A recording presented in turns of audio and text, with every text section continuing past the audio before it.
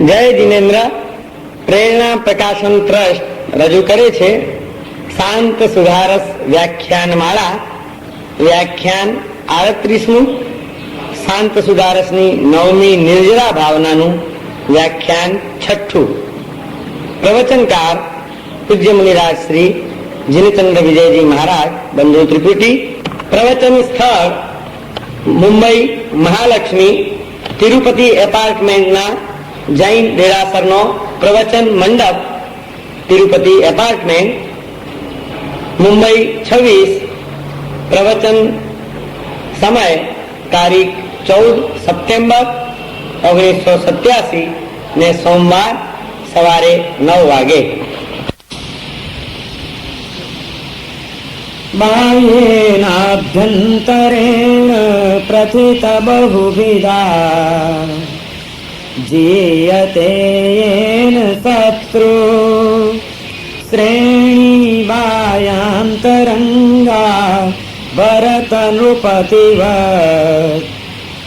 ભાવલબ્ધ દ્રઢિમ્ના યસ્માત પ્રાદુર્ભવેયુ પ્રકટિત વિભવા લબ્ધય સિદ્ધયશ્ચ વંદે સ્વર્ગાપવર્ગાર્પણ પટુ સતતમ તત્તપો વિશ્વવંદ્યમ.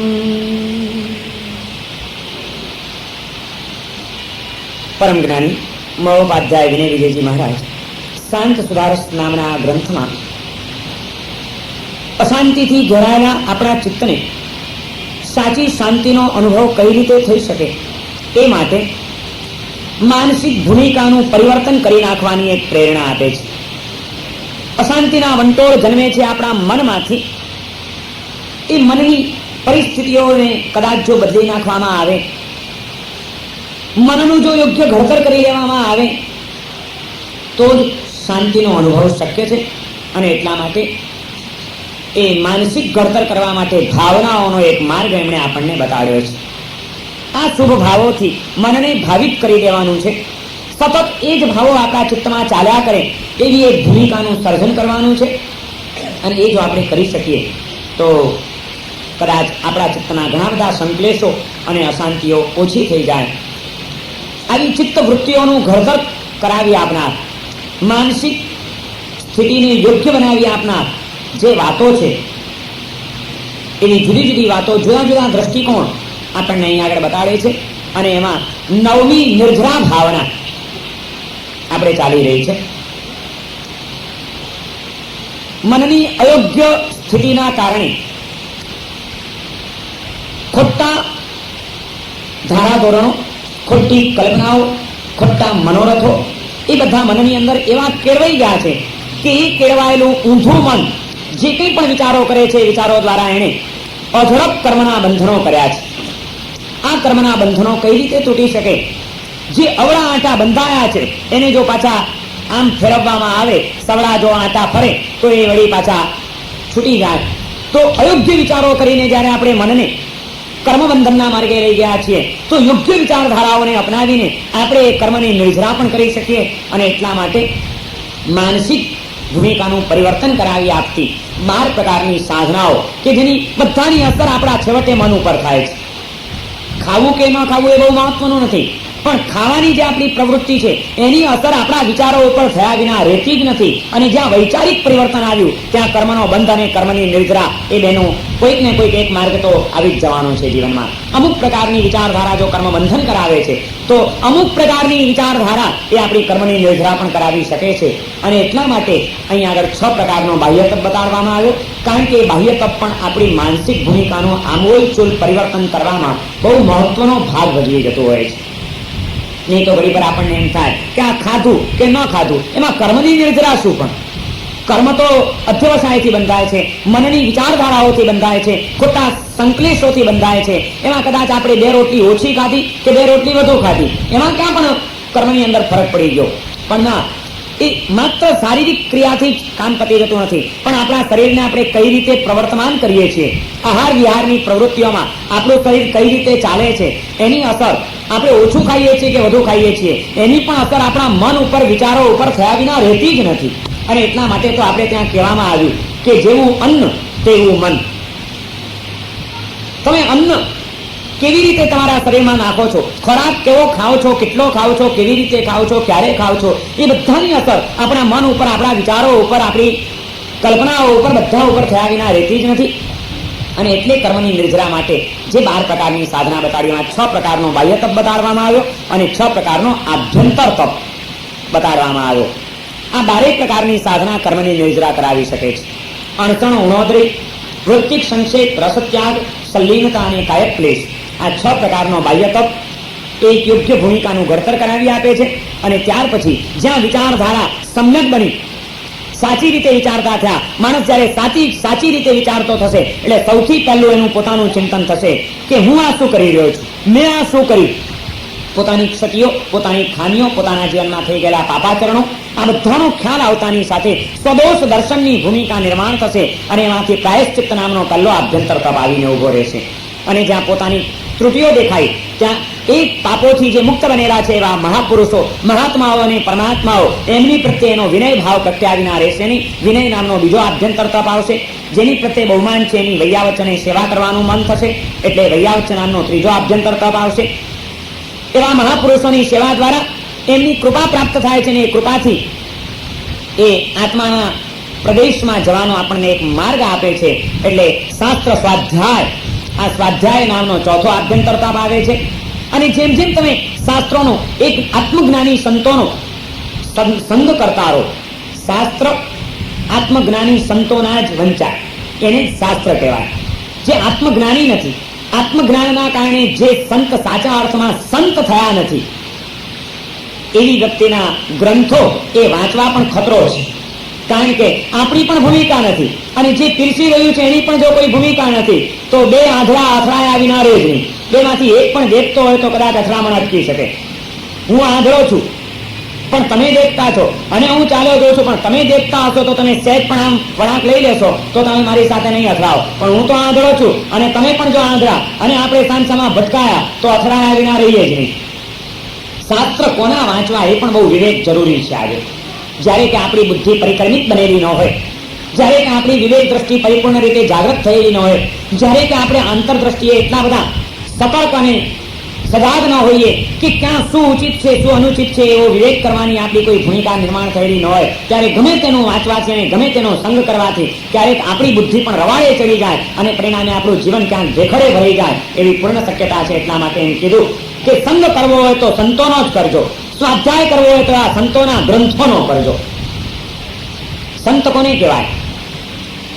સાંજ સુદારસના શરૂઆતની ભૂમિકાના પ્રવચનોમાં મેં આ વાત કરી હતી, જો તમને યાદ હોય તો, કે જે સતને પામ્યા હોય એનું નામ સંત. જેમના જીવનમાંથી સતની અનુભૂતિ નીકળી જાય, બ્રહ્મ સત્યમ જગન મિથ્યા, ચૈતન્ય જગત છે, આત્મા જે છે એ જ સત છે અને એ સિવાયનું બીજું બધું જ અસત છે. તો એવા સતનો એટલે કે બ્રહ્મનો એટલે કે આત્માનો, ચૈતન્યનો જેમણે સ્પર્શ કર્યો છે, આત્માની અનુભૂતિ પ્રાપ્ત કરેલી છે, એવા આત્માની અનુભૂતિ પ્રાપ્ત કરી ચૂકેલા જે સંતો છે, આત્મજ્ઞાની જે સંતો છે એ જ સંત કહેવાય. જેમના જીવનમાંથી આ જે સત તત્વ છે એ સત નીકળી જાય. સંત તમે લખો ને, આપણે ગુજરાતીમાં સંત લખીએ, સ ઉપર મીંડું અને ત, એ સંતમાંથી સત કાઢી નાખો તો પછી શું રહે? ઉપરનું મીંડું જ રહે ને. સંતમાંથી જો સત નીકળી જાય તો રે માત્ર જીરો. અને એવા જીરોના ગ્રંથો કોઈ દિવસ વંચાય નહીં. વિનય વિજયજી મહારાજનો ગ્રંથ આપણે એટલા માટે પસંદ કર્યો છે કે એક આત્મજ્ઞાની સંત હતા અને આપણને સાચું માર્ગદર્શન, સાચું દિશા સૂચન આપી શકે એવા એક સમર્થ એ મહાપુરુષ હતા અને એમનો બનાવેલો આ ગ્રંથ છે. માટે આપણને સતના માર્ગે લઈ જાય એવો છે. સ્વાધ્યાય આપણે એટલા માટે કરીએ છીએ કે આ સ્વાધ્યાય આપણને ધ્યાનમાં સ્થિર કરાવી દીધા વિના રહે નહીં. અને બધું જ કરીને જો કંઈ કરવાનું હોય, જો કોઈ મહત્વની સાધના હોય તો આ છેલ્લા જે બે આભ્યંતર તપો બતાવ્યા એ જ છે. શુભ ધ્યાન અને એ શુભ ધ્યાન દ્વારા એમાં આવેલી સ્થિરતાના પરિણામ રૂપે દેહ ભાવનો ત્યાગ, કાયોત્સર્ગ, આ બે આભ્યંતર તપ જ એટલા જબરજસ્ત તપો છે કે જે જન્મ જન્માંતરના અઢળક કર્મોની નિર્જરા કરાવી દીધા વિના રહે જ નહીં. કર્મની નિર્જરા એ આ શુભ ધ્યાન અને કાયોત્સર્ગ દ્વારા થઈ શકે છે. એ બે પ્રાપ્ત કરવા માટે સ્વાધ્યાય જરૂરી છે. સ્વાધ્યાય પ્રાપ્ત કરવા માટે, સંતોની કૃપા પ્રાપ્ત કરવા માટે એમની વૈયાવચ્ચ જરૂરી છે. વૈયાવચ્ચનો ભાવ જન્મે એટલા માટે બહુમાન આવવું જરૂરી છે, અને બહુમાન પ્રગટ થાય મહાપુરુષો માટે પોતાની પામરતાનો ખ્યાલ જરૂરી છે. આમ છેલ્લા 2 આભ્યંતર તપોને પ્રાપ્ત કરવા માટે એ પહેલાના 4 આભ્યંતર તપો જરૂરી છે, અને 6 પ્રકારના આભ્યંતર તપોની સાધનામાં સ્થિર થવા માટે 6 પ્રકારનો બાહ્ય તપ જરૂરી છે. આમ આખી બાહ્ય 12 પ્રકારના તપની સંકલના છે, અને આ સંકલના જો વ્યવસ્થિત આપણા જીવનમાં ગોઠવાઈ જાય તો સાધના પરિપૂર્ણ સાધના બને છે. અને તમામ સાધનાનો સરવાળો એનું પરિણામ આ છે. કોઈ પણ મહાપુરુષોની જીવન સાધનાનું જો આપણે દર્શન કરીશું તો આપણને આ વાત એમાં જોવા મળે છે. ભગવાન મહાવીરે સંસારનો ત્યાગ કર્યો અને 12.5 વર્ષની જે સાધનાના અંતે એમને કૈવલ્યની પ્રાપ્તિ થઈ, તમામ ઘાતી કર્મોનો ક્ષય થઈ ગયો. આત્માના ગુણોનો ઘાત કરનાર જે કર્મ હોય એને જૈન પરિભાષામાં ઘાતી કર્મ કહેવામાં આવે છે, કે જે આત્માના મૂળભૂત ગુણો છે, અનંત જ્ઞાન, અનંત વ્યસન, અનંત શક્તિ, અનંત સુખ, એ બધાને હણી નાખનાર જે કર્મ છે, જ્ઞાનાવરણીય કર્મ, દર્શનાવરણીય કર્મ, મોહનીય કર્મ અને અંતરાય કર્મ, આ 4 ઘાતી કર્મો કહેવામાં આવે છે. કારણ કે સીધે સીધા આત્માના મૂળભૂત સ્વરૂપને ધક્કો પહોંચાડનારા છે. વેદનીય કર્મ આત્માના સ્વરૂપને ધક્કો નથી પહોંચાડતું, એ શરીરને તકલીફમાં મૂકે છે. ગોત્ર કર્મ એ ઊંચ કે નીચ કુળમાં તમને જન્મ આપે છે, બધા શરીરની સાથે સંકળાયેલા છે. આત્માના સીધા ગુણોને હણી નાખનાર, એને ધક્કો પહોંચાડનાર તો આ 4 કર્મો છે. એ 4 ઘાતી કર્મોનો ક્ષય થાય છે પ્રભુ મહાવીરને 12.5 વર્ષની સાધનાના અંતે. એ સાધના મહાવીરની કઈ સાધના હતી? કોઈ દિવસ આપણે એનો વિચાર કર્યો છે ખરો? મહાવીરે કઈ સાધના કરી 12.5 વર્ષની? એમની સાધનામાં આપણને આ 12 પ્રકારના તપ સિવાય બીજું કંઈ જોવા નથી મળતું. અને 12 પ્રકારના તપમાં પણ બાહ્ય તપો અને પ્રાયશ્ચિત્ત વિનય વગેરે તો ગૌણ છે. મુખ્યત્વે એમનું 12.5 વર્ષ જે પસાર થયા છે એ એમના 12.5 વર્ષ વધુ ને વધુ એમણે ધ્યાનમાં વિતાવ્યા છે. આપણે ભગવાન મહાવીરનું ચરિત્ર જ્યારે સાંભળીએ છીએ, વાંચીએ છીએ, વિચારીએ છીએ, ત્યારે આપણને આ એક વસ્તુ જોવા મળે છે કે પ્રભુ શ્રાવસ્તીમાંથી વિહાર કરીને ગુણશીલ ચૈત્ય ઉદ્યાનની અંદર પધાર્યા, અને ત્યાં ઉદ્યાનમાં ભગવાન 2 રાત્રિ સુધી, 2 પ્રહર સુધી, કોઈક વાર 48 કલાક સુધી શું કર્યું તો કે કાયોત્સર્ગ ધ્યાનમાં રહ્યા, કાયોત્સર્ગ મુદ્રામાં રહ્યા. કાં એમણે કાયોત્સર્ગ કર્યો છે અને કાં એમણે કોઈક ને કોઈક વસ્તુનું ધ્યાન કર્યું છે. આ ધ્યાન દ્વારા અને કાયોત્સર્ગ દ્વારા જ પ્રભુએ પોતાના કર્મની નિર્જરા કરી છે. આપણે પણ જો આપણા કર્મોની નિર્જરા કરવી છે તો એ માટે આખી આ બહારની ભૂમિકાનું નિર્માણ કરીને પછી હવે ખરેખર તો શુભ ધ્યાનમાં સ્થિર થવાનો પ્રયત્ન કરવો પડે, અને એ શુભ ધ્યાનમાં આવતી સ્થિરતા દ્વારા દેહ ભાવને ભૂલીને આત્મભાવમાં આવવું પડે. આ છેલ્લા 2 પ્રકારના જે આભ્યંતર તપ છે એની થોડીક વિચારણા આપણે કરવી છે. આમ તો શુક્રવારે મેં નિર્જરા ભાવના પૂર્ણ કરી નાખી હતી, પરંતુ તમારામાંથી કેટલાક જિજ્ઞાસુઓની સતત માંગણી આવી કે મહારાજ સાહેબ, હવેના છેલ્લા 2 તપો મહત્વના છે ને એને તમે ટૂંકમાં સમેટી લીધા. અમારે તો ખરેખર એ જ સમજવું છે ને એ સમજાવો. હમણાં પણ અહીંયા આવતાની સાથે મને ચિઠ્ઠી મળી ભગવાનદાસભાઈની કે નિર્જરા ભાવના ચલાવો ને આ 2 તપોને અમારે સમજવા છે, કે ધ્યાનના નામે પણ ઘણી બધી ગેરસમજણો અને અજ્ઞાન પ્રવર્તે છે. એટલે હજી આપણે 1-2 દિવસ આ નિર્જરા ભાવનામાં વિતાવવાના છે, અને એ દ્વારા પણ આપણે કર્મની નિર્જરા કરવાની છે. આ સ્વાધ્યાય કરીને પણ વૈયાવચ્ચની સ્વાધ્યાય સુધી તો આવી ગયા. સ્વાધ્યાય એ પણ એક એવો જબરજસ્ત તપ છે. આત્મજ્ઞાની સંત પુરુષોના બનાવેલા ગ્રંથોનો સંગ કરવો, સંતનો ગ્રંથ અને ગ્રંથનો સંગ એ એક સાચો સત્સંગ છે. અને એવો સત્સંગ કરવામાં જ્યારે આપણી ચેતના લીન બને છે, કેન્દ્રિત બને છે, ત્યારે આપણી વિષય અને કસાયની વૃત્તિઓ અને વિચારો ઉપશાંત થયા વિના રહેતા નથી, અને માટે જ તે વખતે બાહ્ય જગતનું ભાન ભૂલાય છે, અને એક નવા દિવ્ય જગતની અંદર આપણે જ્યારે વિહરતા થઈએ છીએ ત્યારે કર્મની નિર્જરા થયા વિના રહેતી નથી. સ્વાધ્યાય એ પણ એક જબરજસ્ત તપ છે. જ્ઞાનને ઘણું બધું મહત્વ આપવામાં આવ્યું છે. આપણે ત્યાં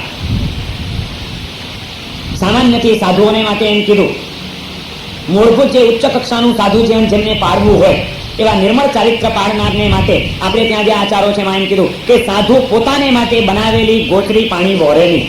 સાધુને માટે જ જે તમે બનાવ્યું હોય એ ખરેખર સાધુને કલ્પી શકે નહીં.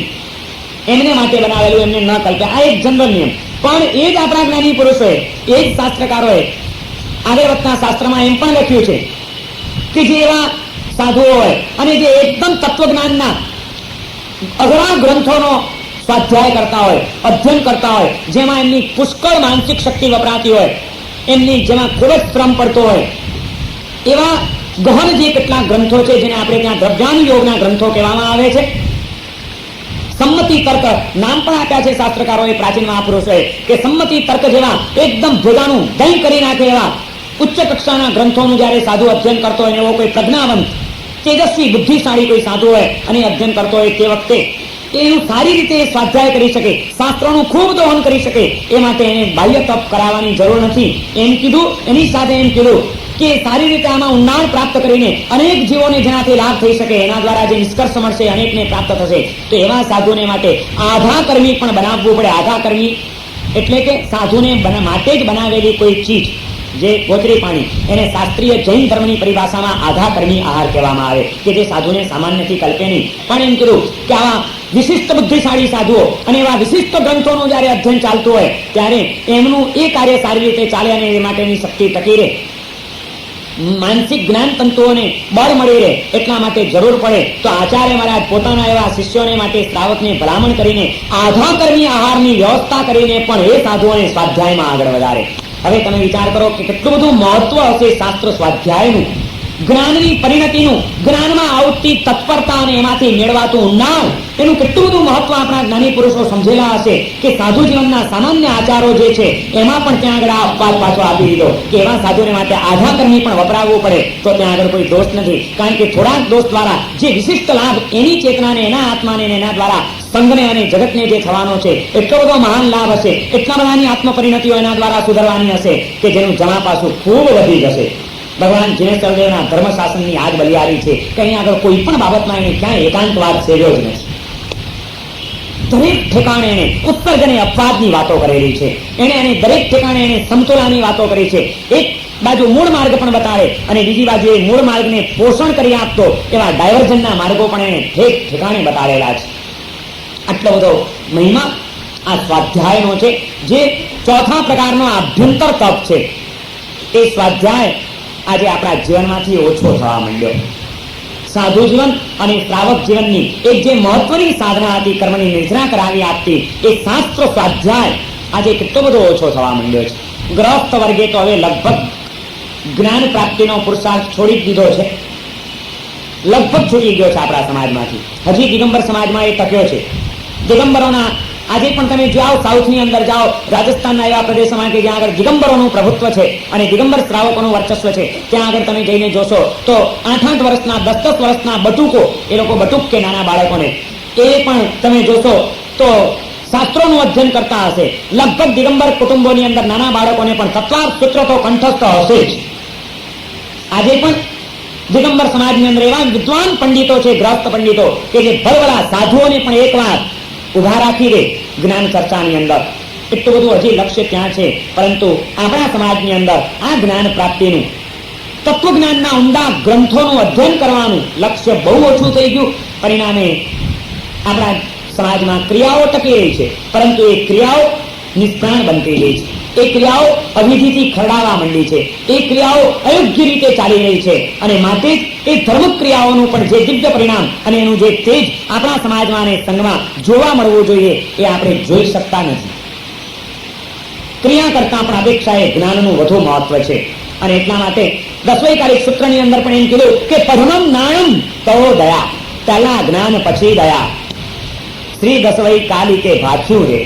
દસવૈકાલિક સૂત્રની અંદર આ વાત કહેવામાં આવી છે. આપણા ઘણા બધા ગ્રંથોનો વિચ્છેદ થવાનો છે, પરંતુ આપણી એક પરંપરાગત માન્યતા અને જ્ઞાની પુરુષોને એવું કથન છે કે 5મા આરાના છેડા સુધી જો કોઈ ટકી રહેનારો ગ્રંથ હોય, કોઈ ટકી રહેનારું શાસ્ત્ર હોય, તો દસવૈકાલિક સૂત્ર લગભગ 5મા આરાના અંત સુધી ટકવાનું છે. અનેક ગ્રંથોનો વિચ્છેદ થશે, પણ એ ગ્રંથનો વિચ્છેદ નહીં થાય. એ દસવૈકાલિક સૂત્રની અંદર આ વાત કહેવામાં આવી કે પડમમ નાણમ તવો દયા, પહેલા જ્ઞાન પછી દયા.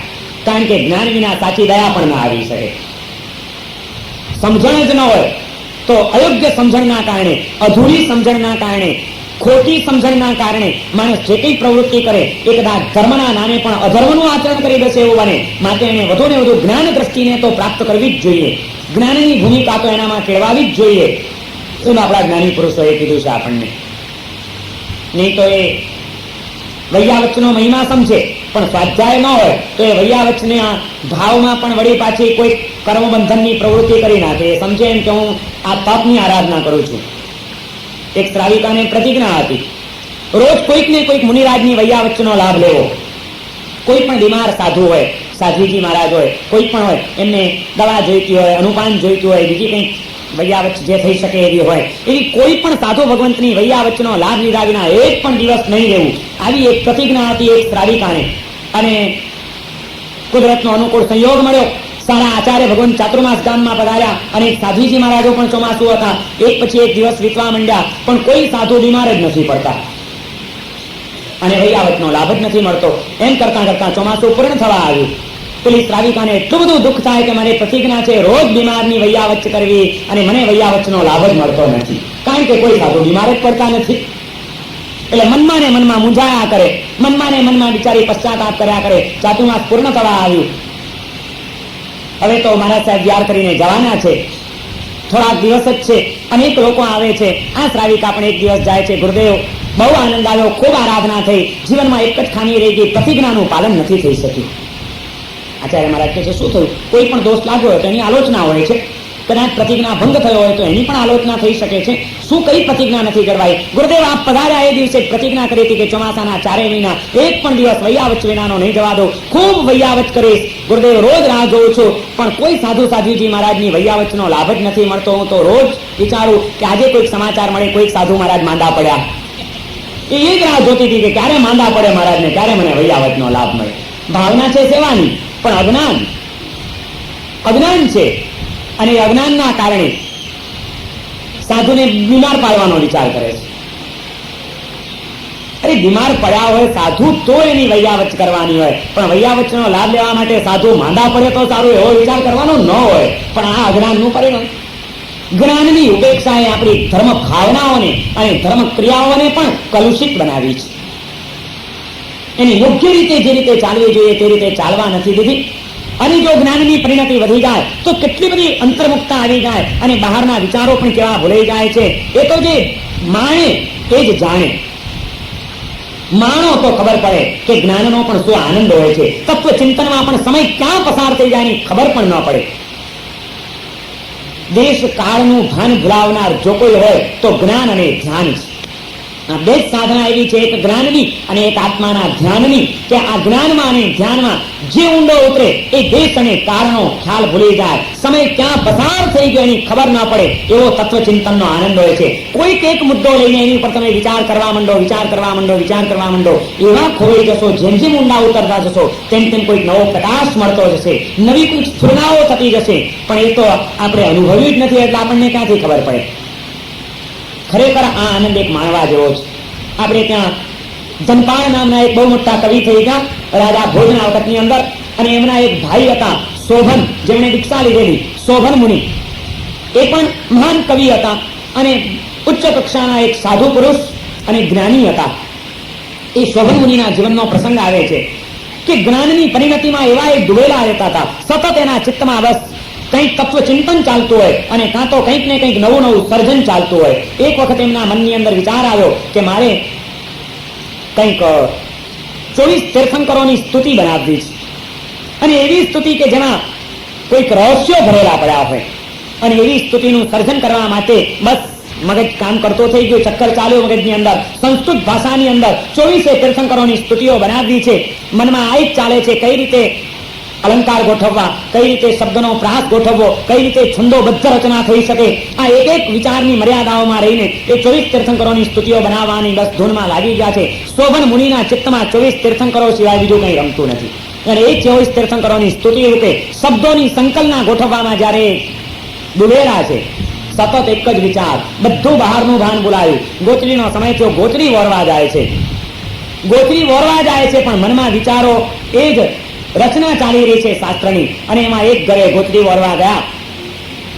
વરાવનાર સામે ઉભા છે, મુનિરાજ વોરવા ગયા છે, હાથમાંથી પાતળું કાઢે છે. પણ વરાવનારે પણ જોઈ લીધું કે મહારાજ કંઈક ખોવાયેલા લાગે છે કોઈક વિચારોમાં. કારણ કે અંદર તો એ જ જ્ઞાનની પરિણતિને એ જ શાસ્ત્ર સર્જનનો પ્રસાદ ચાલતો હતો.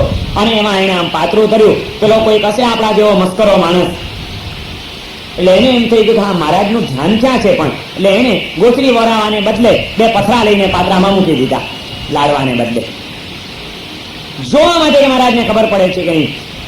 ગોચરી વોરે છે, વરાવનારો ભોજ્ય પદાર્થને બદલે પથ્થર મૂકે છે પાત્રામાં, તો એ શોભન મુનિને કોઈ ખ્યાલ નથી. તો એ ચિંતનને, એ ચક્કર, અને ગોચરી ઓરીને ઉપાશ્રયમાં આવ્યા. ગુરુ મહારાજની પાસે પાત્રા મૂકે છે. ગુરુ મહારાજે પાત્રા જોયા કે અરે મહારાજ, શોભન મુનિ આંસુ લઈ આવ્યા છો કે. જયારે ગુરુ મહારાજે કીધું ત્યારે ખબર પડી ત્યારે આ તો કોઈએ પથ્થર મૂકી દીધા છે મારા પાત્રામાં. જ્ઞાનની એ ધારામાં, સ્વાધ્યાયના એ આનંદમાં એ કેવા ખોવાયેલા હશે કે જે ગોચરી ઓરવા માટે નીકળ્યા છે, હું શું ખાઈશ એનો તો વિચાર નથી, મારા પાત્રામાં શું આવી રહ્યું છે એનો એ ખ્યાલ નથી. એ તો પોતાની એ અંદરની કોઈ મસ્તીમાં ખોવાયેલા છે. જ્ઞાનનો આનંદ માણતા શીખો, ઇન્દ્રિયોના આનંદ છૂટી જશે. ઇન્દ્રિયોના જ આનંદને માણવાની ભૂમિકામાં ખરડાયેલું આપણું જીવન ઇન્દ્રિયાતીત એવો જે જ્ઞાન અને ધ્યાનનો આનંદ છે, એ આનંદને ક્યાંથી અનુભવી શકે? અને જો એ આનંદને અનુભવતો એ આત્મા થઈ જાય તો ઇન્દ્રિયોના તુચ્છ આનંદ ક્યાંથી ટકી શકે? બે વાત છે. આ જ આનંદમાં જો ખરડાયેલા અને અટવાયેલા રહ્યા તો જ્ઞાન ધ્યાનનો આનંદ આપણે ક્યાંથી માણી શકીએ? અને એ આનંદ જો માણતા આવડી ગયો ને એ મસ્તી જાગી ગઈ તો આ તુચ્છ આનંદો ક્યાંથી ટકી શકે? ભગવાન મહાવીરે 12.5 વર્ષની સાધના કરી છે. એ આ જ્ઞાન અને ધ્યાનની સાધના કરી છે. આત્માનું ચિંતન કરીને આત્મજ્ઞાનમાં અને આત્મ સ્વરૂપના ધ્યાનમાં એ લીન રહ્યા હતા. માટે જેમણે અઢળક કર્મની નિર્જરા કરી છે. જ્યાં આગળ આ ભૂમિકા આવે છે ત્યાં કાયોત્સર્ગ સહજ રીતે આવી જાય છે. દેહ ભાવ સહજપણે ભૂલાઈ જાય છે. આ સ્વાધ્યાયનું આ પરિણામ છે. એ સ્વાધ્યાય દ્વારા જ્યારે આપણે એ સ્વાધ્યાયમાં લીન બનીએ છીએ, સ્વનો અધ્યાય, સ્વ એટલે આત્મા, અને એ આત્માનું ચિંતન કરવાની ભૂમિકા જેમ જેમ આવતી જાય. સ્વાધ્યાયમાં તો શાસ્ત્રના શબ્દો હોય, એ શાસ્ત્રના શબ્દો જેમ જેમ આગળ વધતા જાય, તમે પાનું ફેરવતા જાઓ, તેમ તેમ તમારી વિચારોની ધારા પણ બદલાતી જવાની. ભલે ખોટાની પણ સારા વિચારો, પણ જે ફકરો આવ્યો હશે એ ફકરામાં જે વાત સમજાવવામાં આવી હશે ત્યાં જ આપણું મન પ્રવાહિત થવાનું છે. હું અત્યારે વૈયાવચની વાત કરતો હોઉં, તમે સાંભળો છો, આ પણ એક આપણો સ્વાધ્યાય છે. તો અત્યારે તમારું મન વૈયાવચમાં છે, પણ જ્યાં મેં આમ સ્વાધ્યાયની વાત કરી અને શોભન મુનિની વાત કરી તો વૈયાવચનો વિચાર ગયો અને જ્ઞાનનો વિચાર આવ્યો. વિચારે પડખું બદલ્યું. કોઈ એક જ વિચારમાં કોઈ તન્મયતા નથી. શુભ વિચારોની ધારા ચાલવી એનું નામ છે સ્વાધ્યાય. અને એવાના કોઈ એક જ વિચાર ઉપર મનને કેન્દ્રિત કરી દેવું અને એમાં એકાગ્રતા આપવી એનું નામ છે ધ્યાન. બંનેમાં શુભત્વ છે, પણ એકમાં વિચારોનો પ્રવાહ છે, બીજામાં વિચારોની સ્થગિતતા છે, એકાગ્રતા છે. સ્વાધ્યાય અને ધ્યાનમાં જો કોઈ ફરક હોય તો આટલો ફરક છે. અને આમ વિચારોની એકાગ્રતા, કોઈ પણ એક વસ્તુ ઉપર મનનું કેન્દ્રિત થવું એને આપણે ધ્યાન કહીએ છીએ. પણ કોઈ પણ એક વિચાર ઉપર, કોઈ પણ એક બાબત ઉપર મન જ્યારે એકાગ્ર બની જાય અને કેન્દ્રિત થઈ જાય એને જ જો ધ્યાન કહીએ અને એવા ધ્યાનથી કર્મની નિર્જરા થતી હોય તો આપણું મન 24 કલાકમાંથી અઢળક પળો એવી આવે છે આપણા મનમાં કે જેમાં આપણે કોઈક ને કોઈક વિચારમાં, કોઈક ને કોઈક વાતમાં, કોઈક ને કોઈક કલ્પનામાં આપણે એકદમ એકાગ્ર બની જતા હોઈએ છીએ. તો શું આપણે સતત કર્મની નિર્જરા કરીએ છીએ? ના. જ્યાં ધ્યાનની વાત આવી ત્યાં આગળ જૈન દર્શન જરાક વધુ ઊંડું ઉતરે છે. એને તરત જ ધ્યાનના 2 પ્રકાર પાડી દીધા, એક અશુભ ધ્યાન અને એક શુભ ધ્યાન. ધ્યાનના 2 પ્રકાર. મનની એકાગ્રતા 2 રીતે થાય.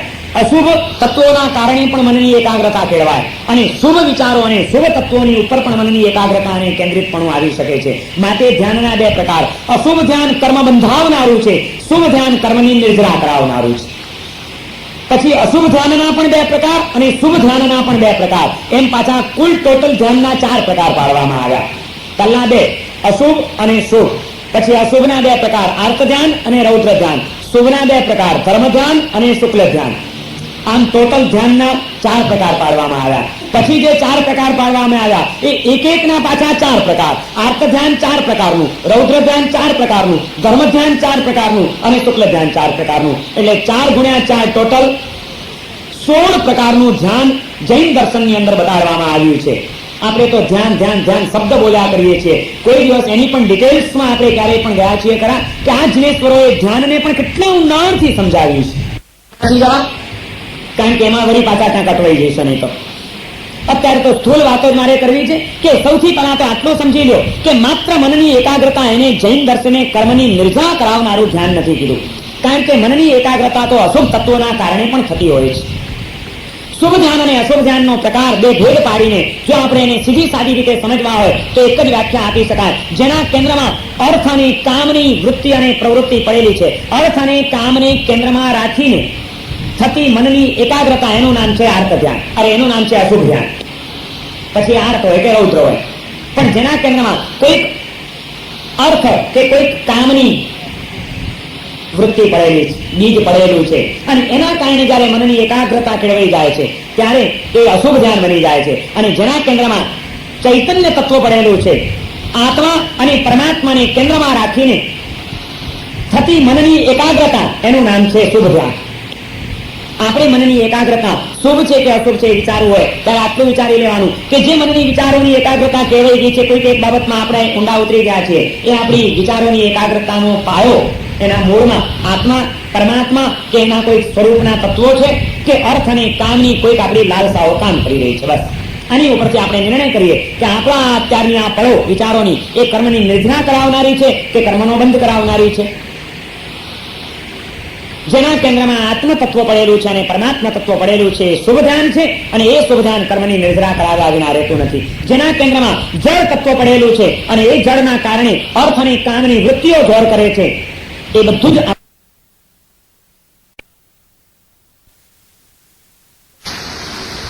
જેના કેન્દ્રમાં આત્મ તત્વ પડેલું છે અને પરમાત્મા તત્વ પડેલું છે, શુભ ધ્યાન છે, અને એ શુભ ધ્યાન કર્મની નિર્જરા કરાવ્યા વિના રહેતું નથી. જેના કેન્દ્રમાં જળ તત્વ પડેલું છે અને એ જળના કારણે અર્થ અને કામની વૃત્તિઓ જોર કરે છે, એ બધું જ આપણું અશુભ ધ્યાન છે, અને અશુભ ધ્યાન કર્મનો બંધ કરાવ્યા વિના રહેતું નથી.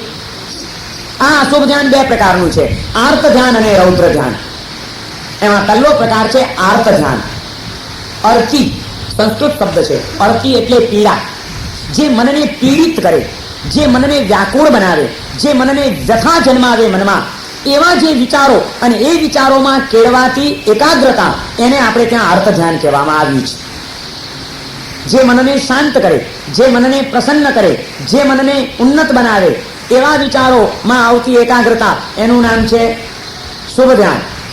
પણ અશુભ ધ્યાનનો પહેલો પ્રકાર છે આર્ત ધ્યાન, અને આર્ત ધ્યાન એટલે મનને વ્યથિત કરનારા વિચારોની એકાગ્રતા, મનમાં પીડા જન્માવતા વિચારોની તન્મયતા, એનું નામ છે આર્ત ધ્યાન. એ આર્ત ધ્યાન ચાર રીતે થઈ શકે છે, ચાર કારણે થઈ શકે છે. આપણું મન વ્યાકુળ બની જાય, વ્યથિત બની જાય, બેચેન બની જાય, અને કોઈક એવા વિચારોમાં ખોવાયેલું ખોવાયેલું ખોવાયેલું થઈને આમ સ્તબ્ધ બની જાય. જ્યારે એ ભૂમિકા આવે ત્યારે આપણું એ આર્ત ધ્યાન થયું કહેવાય. વિચાર અને ધ્યાનમાં પણ ફરક છે. વિચારોનો પ્રવાહ જ્યાં સુધી વહા કરતો હોય ત્યાં સુધી એ વિચાર જ છે, પણ એમાંના એક વિચાર ઉપર જ્યારે આપણે અટકી જઈએ છીએ, કેન્દ્રિત બની જઈએ છીએ, બીજું બધું ભાન ભૂલવા માંડીએ છીએ, ત્યારે એ વિચારની તન્મયતા એક ધ્યાન બની જતું હોય છે. અને એવું અશુભ ધ્યાન, આર્ત ધ્યાન ચાર રીતે થઈ શકે છે. અનિષ્ટ સંયોગના કારણે ઊભું થયેલું આર્ત ધ્યાન, ઇષ્ટ વિયોગના કારણે ઊભું થયેલું આર્ત ધ્યાન. અનિષ્ટનો સંયોગ થયો, એ અનિષ્ટનો વિયોગ કરવા માટે જ્યારે આપણું મન કોઈક વિચારોમાં એકદમ અટકી જાય છે, વિચારો પણ સ્થગિત થઈ જાય, એક જ વિચારમાં આપણે તન્મય અને લીન બની જઈએ, એટલે તે વખતે તરત જ આપણા મનની એક એવી અવસ્થા આવી જાય છે કે જેના કારણે આપણે આંતરિક રીતે કોઈ પીડાનું સ્પંદન આપણા અંતરમાં જન્મે છે. એક એવી સંવેદના જાગે છે કે જે આપણને વ્યથિત બનાવતી હોય છે, જે બેચેન બનાવતી હોય છે, જે વ્યાકુળ બનાવતી હોય છે, જે આપણને શુદ્ધ બુદ્ધ અને મુક્ત એવા આપણા મૂળભૂત સ્વરૂપનું ભાન ભૂલાવી દેતી હોય છે. એ પળો એ આપણી આર્ત ધ્યાનની પળો છે. અનિષ્ટનો વિયોગ કરવા માટે કોઈક અનિષ્ટ વસ્તુ છે, ઇષ્ટ એટલે મનગમતી, અનિષ્ટ એટલે અણગમતી. મનગમતી વસ્તુઓ મેળવવા માટે ને અણગમતી વસ્તુઓથી છૂટવા માટે સતત આપણું મન ગળમથલ કર્યા જ કરતું હોય છે. આપણે જો આપણા મનનું પોસ્ટમોર્ટમ કરીએ, આપણા વિચારોનું જો આપણે અન્વેષણ કરીએ, તો કદાચ આ વાત આપણને ખ્યાલમાં આવશે કે સવારથી ઉઠ્યા ત્યારથી આપણા વિચારો કઈ વસ્તુને કેન્દ્રિત બનાવીને ચાલી રહ્યા છે. આજે કંઈક મનગમતું આપણે મેળવવું છે. ઇષ્ટ વસ્તુનો વિયોગ છે, આજે આપણી પાસે એ વસ્તુ નથી. એ ઇષ્ટનો વિયોગ ટળી જાય અને ઇષ્ટનો સંયોગ થઈ જાય, એ માટે આપણે તરત જ વિચારો ચાલુ કરીએ છીએ, એમાં કોક વિચારમાં આપણે એકદમ ઊંડા ઉતરી જઈને અટકી જઈએ છીએ. એ જ રીતે કંઈક આપણા જીવનમાં આપણને નથી ગમતું, કંઈક ખટકે છે, કંઈક મુશ્કેલી રૂપ બાબત છે, એવી કંઈક આપણા જીવનમાં આજે કોઈક એક ઘટના ઊભી થઈ ગઈ છે, એવો કોઈક સંબંધ કેળવાઈ ગયો છે, એવી કોઈક વસ્તુનો સંયોગ થઈ ગયો છે, એમાંથી કેમ બહાર નીકળવું, કેમ છૂટવું, એ વિચારો એક ધારા બની જતા હોય છે અને ધારાબદ્ધ એ વિચારોમાં ક્યાંક જઈને આપણે અટકી જતા હોઈએ છીએ અને તે વખતે વળી પાછું આપણું મન એવું ચંડોળે ચડે છે ને એવું વ્યાકુળતા અનુભવે છે કે એ વ્યાકુળતામાં આપણે કર્મનો બંધ કર્યા વિના રહેતા નથી. જરા કુંડાણથી આપણે આપણા જીવનને આ રીતે વિચારવાની જરૂર છે. જ્યારે પણ મનમાં કોઈ અનિષ્ટ વસ્તુનો સંયોગ આપણને પીડિત બનાવે અને વ્યથિત બનાવે ત્યારે સમજો કે આર્ત ધ્યાનની શરૂઆત થઈ છે. જો જાગૃત નહીં બનીએ તો એમાં વધુ પડતી તન્મયતા એ ભયંકર કર્મબંધ કરાવી જશે. બ્રેક મારતા શીખો, વિચારોની ઉપર બ્રેક મારતા શીખો. ગાડી એકવાર ખબર પડી કે ખોટા રસ્તે ચાલી જાય છે, નહોતી ખબર ત્યાં સુધી ઠીક છે ચાલી ગઈ, પણ ખબર પડી કે ખતરાનો માર્ગ છે, આ રસ્તા પર આગળ જતા ખાડા આવે છે અને ગમે ત્યાં ગાડી ઉથલી પડવાની શક્યતા છે, એવા ખોટા રસ્તે મારી ગાડી આગળ વધી ગઈ છે, એવી ખબર પડ્યા પછી કુશળ ડ્રાઇવિંગ કરનારે માણસ એ ટલ્લું કામ કરશે, તરત જ બ્રેકને સંભાળી લેવાનું. ધીમે ધીમે બ્રેક મારીને ગાડીને એકદમ ફૂલ સ્પીડમાં દોડી જતી ગાડીને એકદમ બ્રેક મારો તો એ ઉછળી પડે ક્યાંક, ગબડી પડે ક્યાંક, પણ એને ધીમે ધીમે કંટ્રોલ કરીને તમારે સંભાળી લેવી પડે. એમ સતત આપણે આપણા મનને સંભાળવું પડશે, કારણ કે વધુમાં વધુ કર્મબંધ આપણે આપણા મનના કારણે કરી રહ્યા છીએ. આર્ત ધ્યાનના કારણે આપણા કર્મબંધનો ચાલી રહ્યા છે. એ આર્ત ધ્યાનના માર્ગે કોઈક અનિષ્ટ વસ્તુ, ગઈકાલે કોઈક એવી એક ઘટના બની ગઈ છે તમારા જીવનની અંદર જેને આખી રાત તમને ચેન નથી પડવા દીધું, તમે નિરાંતે ઊંઘી શક્યા નથી. એ જ વિચારોમાં ખોવાયેલા રહેવાના કારણે તમારી આખી રાત તમે બગાડી છે અને સવાર પડતાની સાથે તમે નક્કી કર્યું હતું કે આજે આનો છેડો ફાડી નાખવો છે, એન્ડ લાવવો છે અને એ માટે આમ કરીશ, આમ કરીશ, આમ કરીશ, આમ કરીશ, આમ કરીશ, ચાલ્યું ચક્કર. એમાં જો જાગૃત ન બન્યા, મનને ન સંભાળ્યું તો સંભવ છે કે કદાચ કોઈ એવી ક્લિષ્ટ વિચારધારા પણ આપણા ચિત્તમાં જન્મી જાય જે આપણને ન કરાવવાના કામો કરાવી દે, ખોટા રસ્તે આપણને ખેંચી જાય અને આપણે ભયંકર કર્મબંધ કરી લઈએ. એટલા માટે કીધું કે અનિષ્ટ વિયોગના કારણે ઊભી થતી, અનિષ્ટ વસ્તુનો વિયોગ કરવાના કારણે ઊભી થતી મનની વ્યાકુળતાને તીવ્રતાએ પહોંચવા નહીં દેતા. જન્મે આજે આપણે સંસારમાં છીએ, તમને નહીં સાધુને પણ આર્ત ધ્યાન થાય, પણ એ આર્ત ધ્યાન ક્યાંક રૌદ્ર ધ્યાનમાં પરિવર્તિત ન થઈ જાય એટલી તો સાવધાની રાખવી જ જોઈએ. આર્ત ધ્યાન જ્યારે છેલ્લી પરાકાષ્ઠાએ પહોંચે છે ત્યારે આર્ત ધ્યાનમાંથી તરત જ રૌદ્ર ધ્યાનમાં પલટો થયા વિના રહેતો નથી. અને રૌદ્ર ધ્યાન એ નરકનું આયુષ્ય બંધાવવાનું કારણ કીધું છે. આર્ત ધ્યાનમાં જીવ જો આયુષ્યનો બંધ કરે અને આર્ત ધ્યાનમાં જો એ મરે તો એ તિર્યંચ ગતિમાં જાય, અને રૌદ્ર ધ્યાનમાં જો એ આયુષ્યનો બંધ કરે અને રૌદ્ર ધ્યાનમાં મરે તો એ નરક ગતિમાં જાય એમ શાસ્ત્રોમાં કીધું છે. તિર્યંચ ગતિ અને નરક ગતિના બંધનોને તોડી નાખવા હોય તો એ માટે જીવનમાંથી આર્ત ધ્યાન અને રૌદ્ર ધ્યાન ઓછા કરતા ચાલો. દેવગતિ અને મનુષ્ય ગતિ તરફ, સદગતિ તરફ પ્રયાણ કરવું હોય તો ધર્મ ધ્યાનને પ્રાપ્ત કરવા માટે સદાય જાગૃત રહો. નિર્જરા ભાવનાનું ચિંતન આપણને આ એક અદ્ભુત પ્રેરણા આપે છે કે તમે તમારા ભવિષ્યની દુર્ગતિઓના દરવાજા ખુલ્લા કરવા માંગો છો કે એ દુર્ગતિઓના દરવાજે તાળા મારી દેવા માંગો છો. જો તમારે તિર્યંચ ગતિ અને નરક ગતિને તોડી નાખવી હોય તો આર્ત ધ્યાન અને રૌદ્ર ધ્યાનથી બચવાનો પ્રયત્ન કરજો હંમેશા. કર્મના ઉદયથી કદાચ કોઈક અનિષ્ટ વસ્તુનો સંયોગ આજે જીવનમાં થઈ ગયો, પણ એ વખતે પણ એમાં એટલી બધી તીવ્રતાએ પહોંચવાની જરૂર નથી. એના કારણે એટલી બધી વ્યાકુળતા જન્માવી દેવાની જરૂર નથી કે જે આપણને આપણી મૂળભૂત યોગ્યતાનું ભાન ભૂલાવી દે, મૂળભૂત સ્વરૂપનો ખ્યાલ વિસરાવી દે.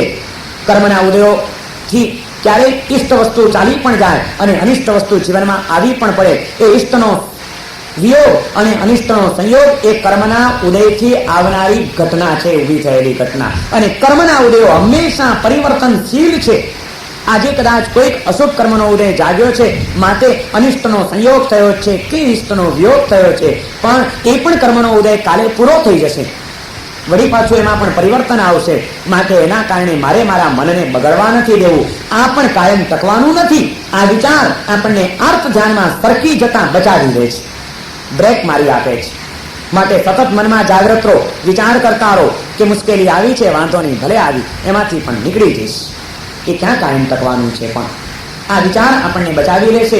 અને એ રીતે જો મનને બચાવ્યું અને એનો જ વિચાર કરીએ તો એ આર્ત ધ્યાન છે. જો એમાં તન્મયતા આવે તો માત્ર વિચાર એ આર્ત ધ્યાન નથી, પણ વિચારોમાં એકદમ તન્મયતાને અટકી ગયા. તમે જોજો, ઘણી વખત તમે કદાચ સોફા ઉપર બેઠા હશો ખુરશી ઉપર બેઠા હશો, બેઠા બેઠા ઓફિસમાં કદાચ એકલા બેઠા હશો અને કંઈક યાદ આવ્યું, કોઈક એવી ઘટના બની છે, કોઈક એવી વસ્તુ ઊભી થઈ ગઈ છે કે જેના વિચારમાં ખોવાતા એના જ વિચારમાં અટકી જાય છે માણસ. ત્યાં આગળ એના વિચારો પણ પછી સ્થગિત થઈ જાય છે. ઓહો, શું થશે? ખલાસ. એમાંથી જે પછી વેદના અને વ્યથા જન્મે છે માણસની, એ વ્યથાની જે પળો છે, અર્તીની જે પળો છે, પીડા આપણે જે પહોંચાડીએ છીએ આપણા અંદરના ચૈતન્યને, એ પીડિત અવસ્થા જે છે એ ભયંકર તે વખતે અશાંતિ જન્માવે છે અને એ અશાંતિની પળો કર્મબંધન કરાવ્યા વિના રહેતી નથી. ઠીક છે, એક વિચાર આવ્યો, જપ્યો અને ચાલી ગયો, ત્યાં સુધી હજી આર્ત ધ્યાન નથી થતું. જેમાં પળોની પળો એક જ વિચાર ઉપર કેન્દ્રિત થઈને આપણે પસાર કરી દેતા હોઈએ છીએ, ત્યારે એ ધ્યાન બનતું હોય છે. પછી એ શુભ કે અશુભ કોઈ પણ એક સારો વિચાર આવ્યો, એનું નામ કોઈ ધર્મ ધ્યાન નથી, એ તો વિચાર છે, શુભ ભાવ છે. શુભ ભાવ અને શુભ ધ્યાનમાં પણ ફરક છે. ક્ષણને માટે એક વિચાર આવ્યો તો એ વિચાર કે ભાવ કેવા છે, અને એ વિચારમાં ક્ષણોની ક્ષણો માટે અટકી જવાની ભૂમિકા આવી, એમાં તન્મયતા આવી ગઈ, એકાગ્રતા આવી ગઈ, તો એ ધ્યાન બની જશે. શુભ ધ્યાન પણ સહેલું નથી અને અશુભ ધ્યાન પણ સહેલું નથી. વિચારો તો આપણા બહુ ચાલતા હોય છે, પણ આર્ત ધ્યાન ક્યારેક થતું હોય છે, અને એ ક્યારેક થતું આર્ત ધ્યાન પણ જો આપણે ટાળી દઈએ તો તેરેન્ચ ગતિને સદાને માટે તાળા લાગી જાય. થોડીક જ જાગૃતિની જરૂર છે કે ખોટા વિચારોમાં પણ મારે તન્મયતા ક્યાંક ના આવી જાય, એવી એકાગ્રતા ના આવી જાય કે જેમાં ડૂબેલો હું અત્યંત પીડિત બનીને મારા આનંદમય આત્મ સ્વરૂપનું ભાન ભૂલી જાઉં. કારણ કે આર્ત ધ્યાન એ સ્વ સ્વરૂપનું ભાન ભૂલાવવામાં પરિણમે છે, અને જ્યાં ચૈતન્યનું ભાન ભૂલાયું ત્યાં કર્મબંધ છે ને જેમાં કોઈ સવાલ નથી. આ અર્થ ધ્યાનથી બચવા માટે પહેલો પ્રકાર છે એનો, આ અર્થ ધ્યાનનો પહેલો પ્રકાર અનિષ્ટ વિયોગાનુબંધી આર્ત ધ્યાન. આ એનો શાસ્ત્રીય શબ્દ છે જૈન પરિભાષાનો. અનિષ્ટ વિયોગ એનો અનુબંધ, એની પરંપરા. અનિષ્ટનો વિયોગ કરવા માટે ઉભો થયેલો વિચાર, એ વિચારની પરંપરા, અનિષ્ટ વિયોગાનુબંધી આર્ત ધ્યાન, એ એનો પહેલો પ્રકાર છે. એવો આમ માણસ સ્તબ્ધ થઈ જાય, વિચારમાં અટકી જાય.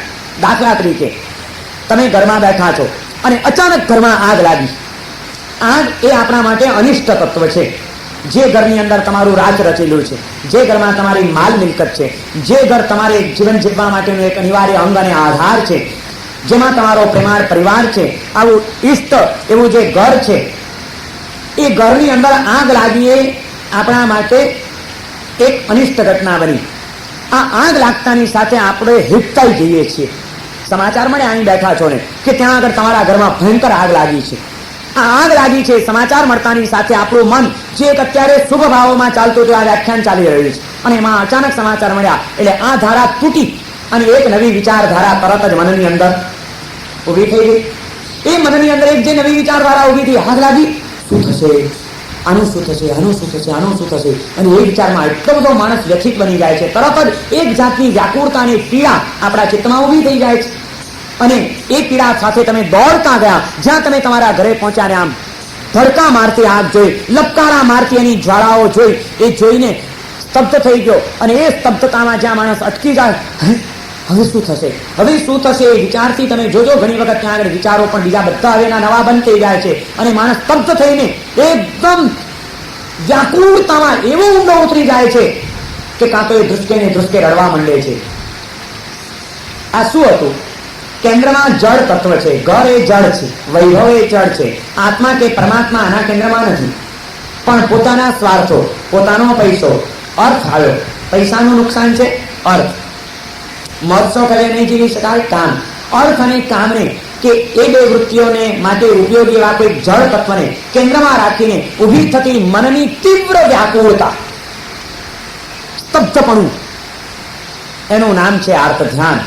અને આ અર્થ ધ્યાન તે વખતે આપણને બધું જ આપણા સ્વત્વનું ભાન ભૂલાવી દે છે કે હું આ બધાથી પર છું, એ ખ્યાલ આપણો વિસરાઈ જાય છે. અને એ પીડા જ્યારે પરાકાષ્ઠાએ પહોંચે છે ત્યારે એની પહેલી પ્રતિક્રિયા માણસના સીધા તલા મન ઉપર થાય છે. તમે જો કેટલાય માણસ ગાંડા થઈ જતા હોય છે. આ પીડાની તીવ્રતા, અરતી, એ અર્થી જ્યારે અમર્યાદ બને છે ત્યારે માણસ એમાંથી ભાન ભૂલી જાય છે અને ગાંડો બની જાય છે. આર્ત ધ્યાન એ આ જીવનને પણ મુસીબતમાં મૂકી દીધા વિના રહે નહીં અને પરલોક તો બગાડે એમાં કોઈ આશ્ચર્ય નથી. માટે એટલી તીવ્ર મમતા કોઈ પણ પદાર્થો ઉપર સ્થાપિત નહીં કરતા કે જેના કારણે આ સંસાર એનું નગ્ન સ્વરૂપ ક્યારેય પણ પ્રગટ કરે અને દેખાડે ત્યારે તમારી તીવ્ર મમતા તમારા મનમાં ભયંકર પીડા જન્માવનારી બની જાય. મનને તલેથી તૈયાર જ રાખો. અનિત્યાદી ભાવનાઓનું ચિંતન કરીને મનને એવી એક કેળવણી આપી દો કે હું સમજતો હતો કે આ પણ કાયમ ટકવાનું નથી, ગમે ત્યારે ઉથલ પાથલ મચી શકે છે.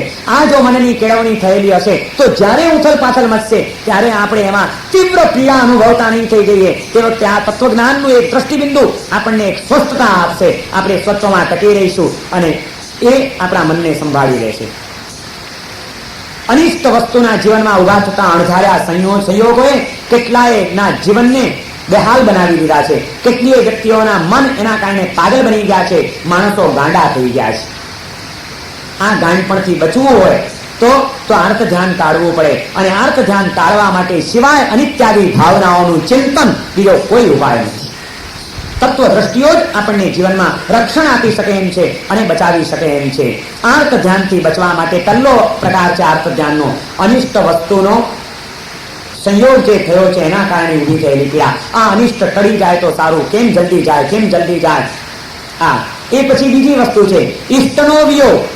જે બહુ મનગમતું હતું, ઇષ્ટ વસ્તુ હતી, એનો જયારે વિયોગ થાય છે ત્યારે પણ માણસ એટલી બધી પીડામાં ઉતરી પડે છે અને ગતિત બની જાય છે કે એમાં પણ એ તત્વનો ભાન ભૂલી જાય છે.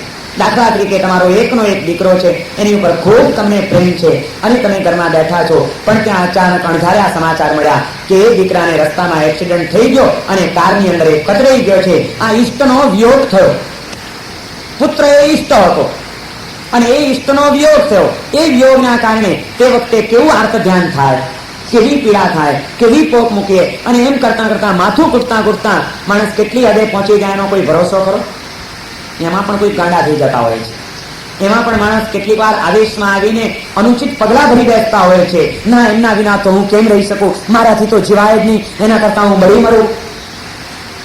ગઈકાલે વાંચ્યું ને છાપામાં, સતી પ્રથા હજી પણ આજના દિવસે પણ ચાલુ છે. બોલો, આટલો યુગ જયારે આગળ વધ્યો, વિકાસ થયો, ત્યારે 18 વર્ષની એક યુવતી પોતાના પતિની મૃત્યુ થતાની સાથે આઘાત ન ઝીલવાતા સળગતી ચિતા સળગાવીને એની અંદર પતિનું માથું પોતાના ખોળામાં લઈને એને પણ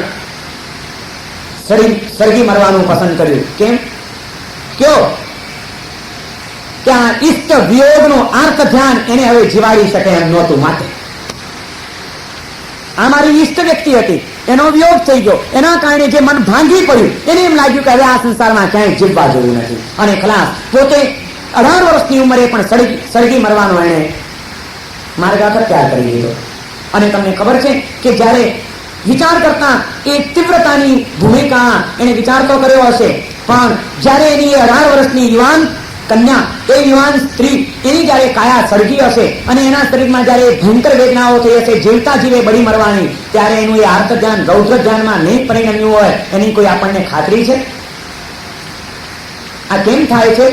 કે આપણી તીવ્ર મમતા, એ મમતાને કંટ્રોલમાં રાખવાની આ ભાવનાઓની કોઈ ભૂમિકા આપણે જીવનમાં પ્રાપ્ત નથી કરી હોતી. માટે ક્યારેક અનિષ્ટનો સંયોગ આપણને પાગલ બનાવી દે છે તો ક્યારેક ઇષ્ટનો વિયોગ આપણને આર્ત ધ્યાનના માર્ગે ખેંચી જતો હોય છે. માટે હંમેશા આર્ત ધ્યાનથી બચવું હોય તો મનને ભાવનાઓથી ભાવિત કરતા હો તો જ તમે બચી શકશો, બાકી કોઈ ઉપાય નથી. સંસારની વાસ્તવિકતાઓ ક્યારેક ને ક્યારેક તો ખુલ્લી થવાની જ છે. આ સંસારે આજ સુધી કોઈના જીવનમાં એક સરખું વર્તન કર્યું જ નથી. એક સરખા સંયોગો કોઈનાય ટક્યા નથી. અપ એન્ડ ડાઉન દરેકના જીવનમાં આવતા રહ્યા છે.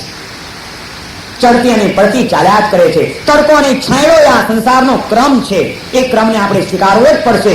મનને જો સ્વીકારીને તૈયાર કરેલું નહીં હોય તો અનિષ્ટનો સંયોગ અને ઇષ્ટનો વિયોગ આપણને આર્ત ધ્યાનના માર્ગે લઈ ગયા વિના રહેશે નહીં. જે અશુભ ધ્યાન છે, જે જબરજસ્ત કર્મનો બંધ કરાવનાર છે, જે તિર્યંચને નરક ગતિમાં લઈ જનાર છે. અનિષ્ટ વિયોગાનુબંધી આર્ત ધ્યાન. અનિષ્ટનો વિયોગ કરવા માટે, ઇષ્ટનો સંયોગ મને કેમ થાય એ માટે ત્રીજો પ્રકાર છે વેદનાનુબંધી આર્ત ધ્યાન. જેમ બાહ્ય ઇષ્ટ અને અનિષ્ટ પદાર્થો આપણી મન ઉપર અસર કરે છે, એમ આપણા શરીરની અંદર ઉભા થતા રોગો પણ આપણને ક્યારેક આર્ત ધ્યાનમાં લઈ જતા હોય છે. જો બાહ્ય તપ દ્વારા સલીનતા અને કાયક ક્લેશનો અભ્યાસ નહીં કર્યો હોય તો ક્યારેક શરીરમાં ઉભા થતા રોગો, એના કારણે ઊભી થતી પીડાઓ એ આર્ત ધ્યાનમાં ખેંચી જશે. અરે મરી જા, મારાથી તો સહન નથી થતું, આના કરતા તો મરી જવું સારું. કોઈક રાજ રોગ ઉભો થઈ ગયો તો તે વખતે કેવું આર્ત ધ્યાન? આજે કંઈ નથી, પણ કાલે જરાક ખાંસી આવવા માંડી, પરમ દિવસે 4 દાડા ગયા ને જરાક ગળામાં દુખવા માંડ્યું, ડોક્ટરને ત્યાં ગયા બતાડવા, અને ડોક્ટરે કીધું કે ભાઈ જરાક ડાઉટફુલ લાગે છે, બાયોપ્સી કરાવવી પડશે. નિદાન તો થશે ત્યારે થશે, પણ ડોક્ટરે એટલું જ કીધું કે ડાઉટફુલ કેસ છે ને બાયોપ્સી કરાવવી પડશે. ત્યારથી પછી તમે એના મનના એક્સરે લેવાના શરૂ કરી દો. આર્ત ધ્યાન સિવાય શું મળે? એના સુખોનો આનંદ, એના પુણ્યના ઉદયો, એ બધું એનું ધોઈ જાય, એનું મન વ્યથિત વ્યથિત વ્યથિત, ઉદાસ ઉદાસ ઉદાસ જોવા મળે. અને માની લો કે નથી ને એમાં પણ ડોક્ટરે બાયોપ્સી કરીને કહી દીધું કે ભાઈ તમને તો અન્નનળીનું કેન્સર છે, અને એ પણ એટલો બધા તમે લેટ પડ્યા છો, મોડા પડ્યા છો કે હવે અમે તમને કંઈ કરી શકીએ એમ નથી ને બચાવી શકીએ એમ નથી, તો શું પરિસ્થિતિ થાય? કેવી પીડા એની, કેવી વ્યથા! વેદનાનું બંધી આર્ત ધ્યાન એ આર્ત ધ્યાનનો ત્રીજો પ્રકાર છે. આર્ત ધ્યાનથી જીવનને બચાવવા માટે, મનને બચાવવા માટે આ બધા વિચારોને આપણે સમજવા પડશે. ઇષ્ટનો સંયોગ, અનિષ્ટનો વિયોગ, શરીરમાં ઉભા થતા રોગો અને વેદનાઓ, આ બધાના કારણે આપણું મન વ્યથિત બનતું હોય છે, વ્યાકુળ બનતું હોય છે અને કર્મ બાંધતું હોય છે. અને ચોથો પ્રકાર છે સંરક્ષણાનુબંધી આર્ત ધ્યાન. ઇષ્ટ સંયોગ અને અનિષ્ટ વિયોગની અંદર જે ડૂબેલો હોય એને પછી પોતાની મેળવેલી ચીજો, ઉભા કરેલા સંબંધો, એ બધામાં ક્યાંક ગડબડ ન થઈ જાય, એ બધું વ્યવસ્થિત જળવાયેલું રહે, એ માટે સતત સંરક્ષણ કરવા માટે પણ એ કેવી કેવી ગડમથોડો એના મનમાં ચાલે. ખબર પડી ગઈ કે આપણી સામે કોઈ પ્રતિસ્પર્ધીએ ધંધામાં હરીફાઈ કરી છે, એટલે પછી આપણી માર્કેટ કેમ ટકાવી રાખવી, આપણો વેપાર કેમ ટકાવી રાખવો, આમાં ક્યાંય કઈ ગડબડ ન થાય, એ માટે તરત જ સંરક્ષણને માટે પણ કેવું આર્ત ધ્યાન, મારા કરતા આ મારો હરીફ આગળ વધવા માંડ્યો, સંરક્ષણાનુબંધી આર્ત ધ્યાન. મનમાં પીડા પીડા, એને હવે પોતાનો ધંધો ચાલે છે ને કમાણી છે એનો આનંદ ન હોય, પણ હરીફ ક્યાંક મારાથી આગળ ન વધી જાય ને મારું બરોબર જળવાઈ રહેવું જોઈએ, એના કારણે એના મનમાં પીડા અને વ્યથા જન્મ્યા વિના રહેની. આ 4 પ્રકારનું આર્ત ધ્યાન છે. ઇષ્ટ સંયોગ, અનિષ્ટ વિયોગ, વેદનાનુબંધી અને સંરક્ષણાનુબંધી. આ ચારેયના કારણે આપણા મનની અંદર વ્યાકુળતા અને વેદનાઓ ઊભી થાય છે. એનું કારણ એ છે કે આપણે આપણી ચિત્તવૃત્તિઓના કેન્દ્રમાં અર્થ અને કામને વધુ પડતું પ્રાધાન્ય આપી દીધું છે. આત્મા અને પરમાત્માના ખ્યાલોને આપણે ભૂલી ગયા છીએ. જેને અર્થ ધ્યાનથી બચવું હોય, અશુભ ધ્યાનથી મુક્ત થઈને શુભ ધ્યાનમાં સ્થિર થવાનો પ્રયત્ન કરવો હોય, કર્મની નિર્જરા કરવી હોય, એને ધ્યાન, મહાવીરે શું ધ્યાન કર્યું હતું અને એ ધ્યાનની સાધના કેવી રીતે થઈ શકે એની વાતો તો પછી વિચારવાની છે. પહેલા તો આપણે તેનું ધ્યાન ધરી રહ્યા છીએ એ સમજવાનો પ્રયત્ન કરવો પડશે. મહાવીરનું ધ્યાન સમજવા માટે પહેલા આપણું ધ્યાન તો આપણે સમજીએ કે આપણે કોનું ધ્યાન ધરી રહ્યા છીએ 24 કલાક, આપણા મનમાં શું ચાલી રહ્યું છે. અને એ અશુભ ધ્યાનને જો ટાળવાનો આપણે સંકલ્પ કરીએ તો જ મહાવીરનું જે ધર્મ ધ્યાન છે, શુભ ધ્યાન છે, એને આપણે એના પ્રકારોને, એની પદ્ધતિઓને, એના પરિણામોને આપણે સમજવાની ભૂમિકા પ્રાપ્ત કરી શકશું. આપણે પહેલા અશુભ ધ્યાનને સમજીએ. આજે 4 પ્રકારનું આર્ત ધ્યાન આપણે વિચાર કર્યો છે. આવતીકાલે 4 પ્રકારનું રૌદ્ર ધ્યાન.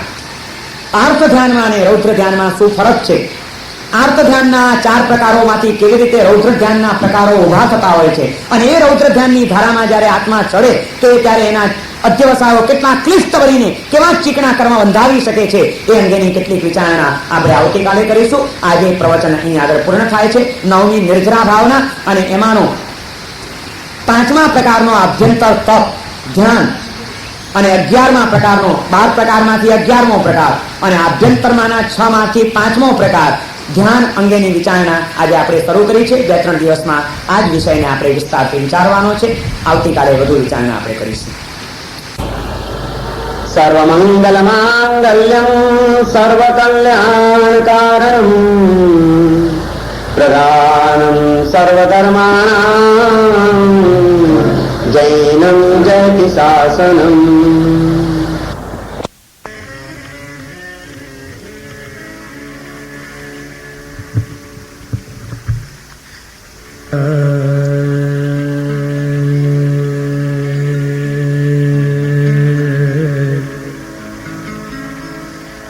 Yeah.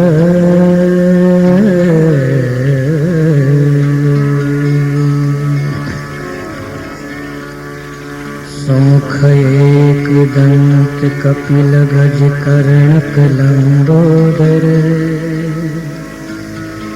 विकट विघ्न विनाशक विनायक धूम्रकेतु गणाध्यक्ष भालचंद्र गजानन या कुंदेन्द्र तुषारहार धवला या शुभ्रवस्त्रावृता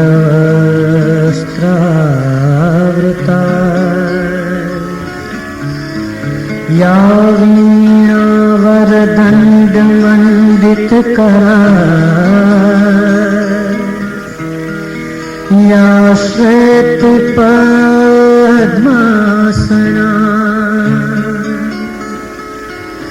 या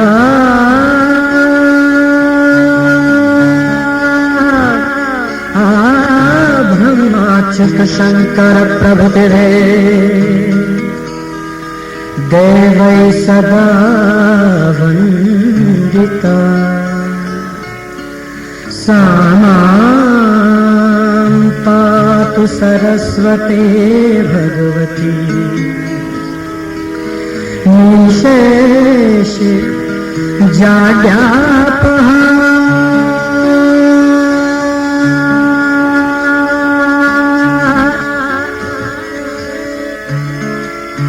आंगिकं भुवनं यस्य वाचिकं सर्ववाङ्मयम्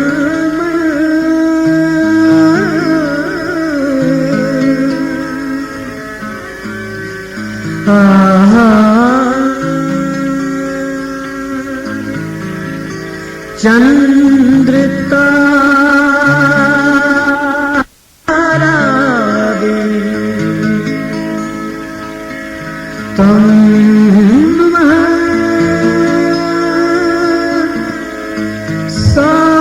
सात्विकं शिवम्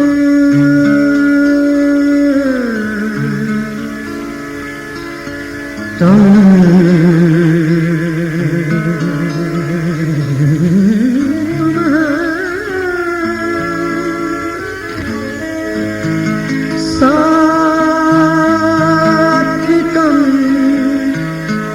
शिवम्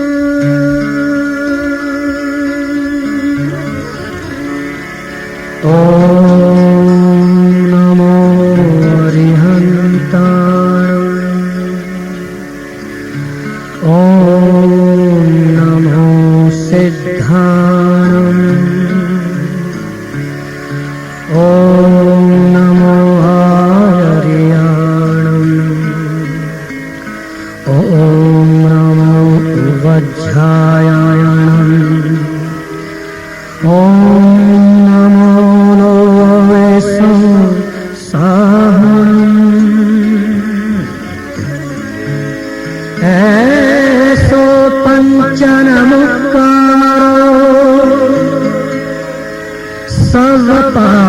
सर्वपावपणासनो मंगलां च